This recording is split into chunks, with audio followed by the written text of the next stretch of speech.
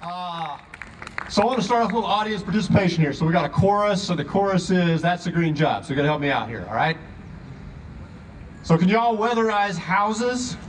That's a green job. That's a green job. Got to help me here on the panel here. We need everybody pitching in, okay? Can you design and build plug-in hybrid vehicles? That's a green job. Can you take kids outside and teach them about nature? That's a green job. Can you green your schools, your businesses, your churches, your synagogues, and your mosques? That's a green job. Can you invent and install rooftop solar panels? That's a green job. Can you grow and sell local organic food? That's a green job. Can you blog and sing and teach and preach about a sustainable future? That's a green job. Can you rewire the entire planet with clean energy? That's a green job. Can you reimagine the global food system?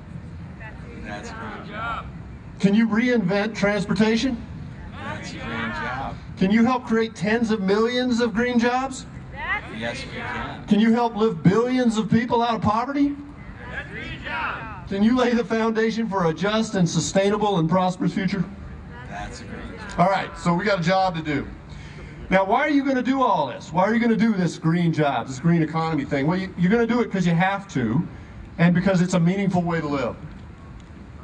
You have to do this. Now, you didn't ask for this. None of us asked for this, but it's going to be your generation and mine that determine the fate of the earth for the next 5,000 generations.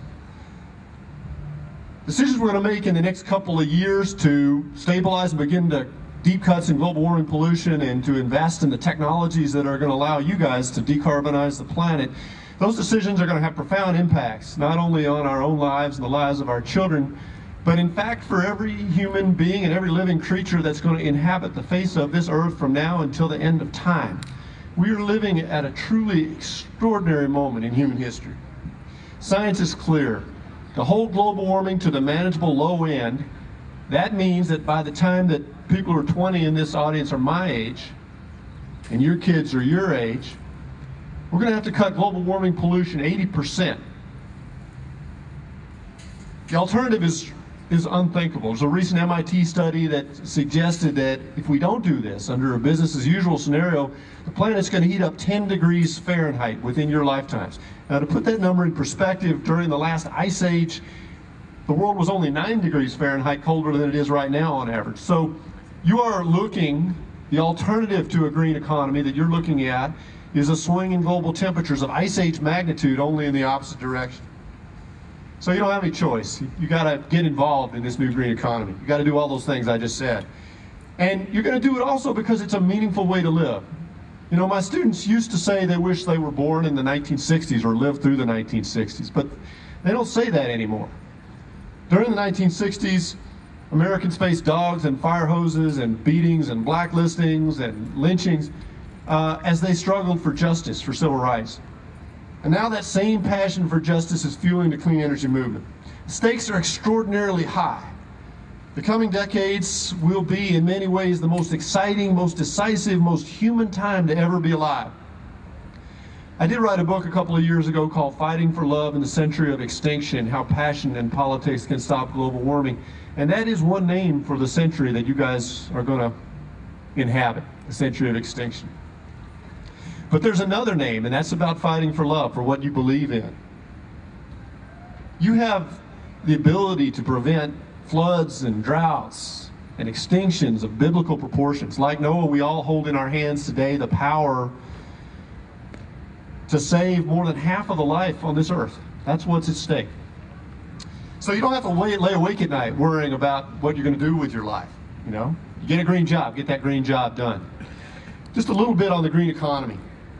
How can it create a path to a just and sustainable future? Well, it has to do with long waves in U.S. capitalism and the growth process. New technologies have always been at the foundation of eras of prosperity in America, from railroads and electricities to autos and home appliances, planes, computer electronics, and then most recently, the software revolution. And renewable energies, biofuels, transit, sustainable agriculture, all these lie at the foundation of a new green economy. And what you can do specifically to build that green economy is get involved this fall in particular.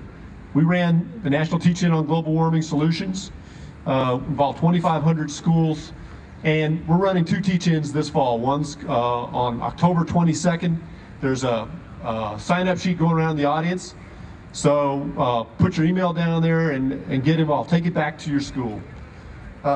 Join the clean energy movement. As a college professor, I'm going to tell you, if you got to skip writing a paper or take a hit on your GPA, go ahead and do that. You got to get this done. You got to get these green jobs done. So thank you. Now turn it over to the next panelist. All right, thanks very much, Eban. Let's hear it for Eban.